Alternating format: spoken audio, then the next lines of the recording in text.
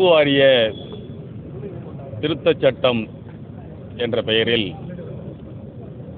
வக்ஃபு சொத்துக்களை முழுவதுமாக அபகரிப்பதற்கும் வக்ஃபு வாரியத்தை ஒழிக்கக்கூடிய சட்டமாக இந்த சட்டம் இருக்கிறது.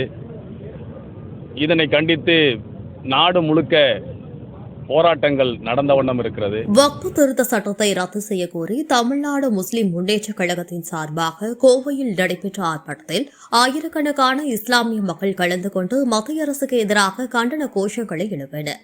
மத்திய அரசு கொண்டு வந்துள்ள வக்ஃபு திருத்த சட்டத்திற்கு எதிர்ப்பு தெரிவிக்கும் விதமாகவும் மசோதாவை ரத்து செய்ய வலியுறுத்தியும் கோவை மாவட்ட தமிழ்நாடு முஸ்லிம் முன்னேற்றக் கழகம் கோவை மேற்கு மண்டலம் சார்பாக கோவை தெற்கு வட்டாட்சியர் அலுவலகம் முன்பு மாபெரும் ஆர்ப்பாட்டம் நடைபெற்றது. முன்னதாக ஆர்ப்பாட்டம் நடைபெறும் இடத்திலிருந்து ஊர்வலமாக சென்று வருமான வரி அலுவலகத்தை முற்றுகையிட்டு போராட்டம் நடைபெற இருந்த நிலையில் போலீசார் தடுப்புகளை அமைத்து தடுத்து நிறுத்தினர்.